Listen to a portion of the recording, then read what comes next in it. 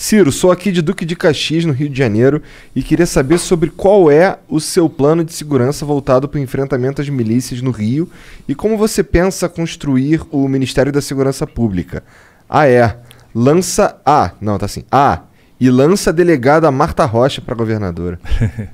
Veja, eu estou muito preocupado com essa questão da segurança e ela não é simples, não é trivial. Eu não vou falar com tanta segurança sobre isso como eu gosto de falar em economia, que é o que eu me dedico mais. Mas isso eu tenho ouvido muita gente especialista e essas pessoas também não estão muito seguras nem perplexas, e um pouco perplexas.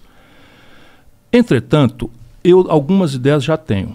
Eu pretendo federalizar, não é, os crimes contra o patrimônio público, os crimes cometidos pelas polícias e os crimes das facções criminosas. Pretendo trazer para a responsabilidade, na contramão da autonomia dos estados, eu quero federalizar. E a forma de enfrentar isso também está ficando pacífica entre os que me assessoram, tem muita gente me ajudando a pensar isso. Eu consulto, e não tem compromisso eleitoral nenhum comigo, eu consulto o Fórum Brasileiro de Segurança Pública, que reúne a melhor inteligência, a sede aqui em São Paulo. Eu ouço muito, eu tenho pessoas como um delegado Orlando Zacconi, do Rio de Janeiro, que é do Policiais Antifascistas, uma instituição que eu estive presente na fundação, que é um punhado de gente que está pensando nesse assunto. E eu tenho alguns amigos na Polícia Federal. Então a ideia minha é estabelecer isso como tarefa federal e definitivamente a forma de enfrentar, que é praticamente pacífica entre todos os meus conselheiros, não é aparato, é inteligência. Ou seja, mapear o caminho do dinheiro, inovar em matéria de ferramentas de fazer isso, de expropriação disso, e fazer operações cirúrgicas, guiadas por inteligência. Jamais esse tiroteio amalucado e tal. É muito grave o que está acontecendo. Hoje não é mais só no Rio de Janeiro. Quer dizer, Fortaleza hoje, os bairros, por exemplo, mais pobres, estão aterrorizados por facções criminosas. Na medida em que começou a dar problema em São Paulo, não sei o que e tal, desceram para lá. E estão lá disputando a meninada no terror, né, e na ilusão do gavião da vida, do consumo. Rápido, você virar rico rápido. Consegue e não é nem rico, sabe? É viver o que puder viver agora, porque o futuro não me dá nada. Não... Eu tenho muita angústia com esse assunto. Esse é o tema que mais me deixa perplexo na questão do Brasil hoje. De qualquer forma, eu sou um cara muito duro. Então a minha ideia é que a cabeça do crime organizado, milícias, facções criminosas, etc., serão segregados, não é, incomunicáveis em presídios federais. Não é? Isso será feito com um punhado de mudanças. De qualquer forma, o aparato da Polícia Federal hoje é ridículo. A última vez que eu tive o número, nós tínhamos ao redor de 8 mil policiais federais efetivos. Francamente. 8 mil policiais para um país de 200 milhões de habitantes. Mas o mais grave é que os meus números estão defasados, porque esse assunto mesmo eu estou precisando renovar minhas informações. Os amigos de lá da Polícia Federal que me ajudam. Mas assim, na época chegava a 35%, quase 40% dos policiais federais, que por regra são muito bem qualificados, o concurso é muito bom, a academia é muito boa, eles têm bom conceito. O Bolsonaro está desmoralizando também, metendo política dentro, não sei o que, está lá uma confusão danada dentro da Polícia Federal, porque tem uma turma mais profissional que não aceita, mas tem outra turma que é bolsonarista e que está envolvendo a Polícia Federal em perseguição de adversário, o cacete, enfim. Mas o fato é que quase 35% dos policiais federais altamente sofisticados, com salários compatíveis, sempre devia ser melhor, mas compatíveis, né, com a carreira importante deles, estão carimbando papel atrás de mesa.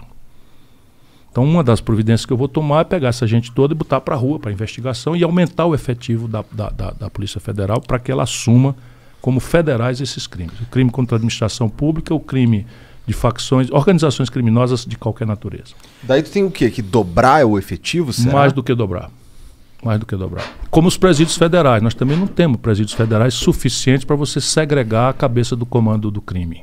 Porque os presídios, como eu disse para você, virou quase 900 mil presos. Por regra, a garotada chega com primariedade de pequenas quantidades de droga. Dá para mexer nisso aí também?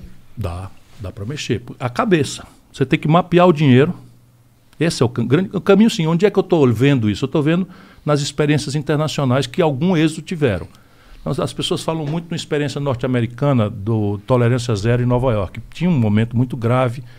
A gente vê nos filmes, né, não só os anos 40, os anos 50, do gangsterismo, da máfia, mas facções criminosas perigosas no Harlem, não sei o que e tal. E houve ali uma política de tolerância zero. Mas as pessoas, e quando eu fui estudar, ela é da cultura americana, porque envolveu uma coordenação política do Judiciário e do Ministério Público, que é muito improvável que a gente consiga fazer. E a sociedade americana, como ela dá oportunidade para quem quer viver decentemente pelo trabalho, ela se sente pouco pudor em reprimir matando o bandido, vamos falar com clareza. E não é o caso do Brasil, porque também você tem uma questão de territorialidade. Você imagina, 95% da comunidade do Jacarezinho é de trabalhador. Aí tem gente de esquerda que acha que a miséria gera pobreza, gera violência. É mentira. Mentira. O povo pobre é trabalhador, é decente, é honesto. E desenvolveu, dado que é muitos anos, desenvolveu um modo de conviver com a bandidagem por um misto de medo, terror e clientelismo. Eu conheci o Bem-TV na Rocinha, filho de cearense, eu fui lá andar, não sei o que e tal, ele pediu para me conhecer e tal. Então, enfim, tá bom, vamos conhecer o cara e tal. E era um garotão novo, mataram logo em seguida e tal. E era isso, é terror e clientelismo. Eles ficam ali. Quem faz medo é a polícia. Que a polícia que é o inusitado, é o que chegou o caveirão, bala pra cá, bala pra lá, e tá aí o corpo estendido no chão. Foi Chico Buarque que fez aniversário ontem, é o verso dele, tá aí o corpo estendido no chão.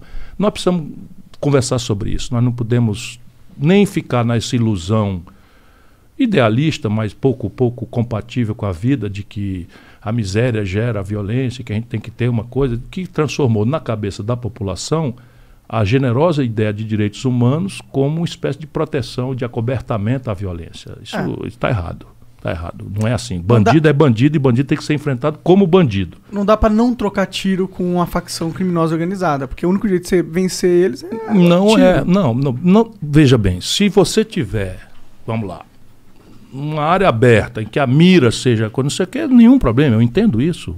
Nenhum problema. Eu fui governador, cara. Fui governador, comandei a polícia. Não tem um problema nenhum, tá tudo certo. Antes que morra um policial decente, que morra o bandido, se ele tiver na condição de legítima defesa ou estrito cumprimento do dever legal, está tudo certo, não precisa mudar lei nenhuma, a lei já é assim e tal. Só que na territorialidade brasileira, a favela é uma espécie de feudo no passado. Eles sabem disso, então você não pode entrar atirando. Você não pode entrar atirando e ficar displicente, porque morreu uma pessoa. A população acaba servindo de escudo humano para os caras. Total. Então o que você tem que fazer tem que fazer a inteligência, mapear. E deixa eu te dizer uma coisa que eu tenho segurança. O chefe do tráfico não mora na favela. Ah, sim. Mora na Paulista. Mora lá no Alphaville de Fortaleza. Sabe? Mora lá, frequenta os restaurantes. Lá no Congresso, então. Tem também. Não pegaram um helicóptero com o avião do Bolsonaro. É o cara do exército lá, né? O sargento lá, né? Sim, mas peraí, não tem um chefe disso? Não tem nada? Cadê a explicação? Pronto, sumiu. O cara, um oficial, quer dizer, um membro das Forças Armadas Brasileiras, tenente, flagrado, é um sargento, flagrado num país estrangeiro. Isso é a maior vergonha que eu já passei na minha vida. No avião do presidente, da comitiva do presidente. Tenha paciência. E tinha um esquema lá, porque essa não foi a primeira vez que isso que eu estou dizendo. Tem um esquema. Cadê os grandes? Quem foi pego? Ninguém. Ninguém sabe de nada. Abafa. É isso pois aí. Né? Bolsonaro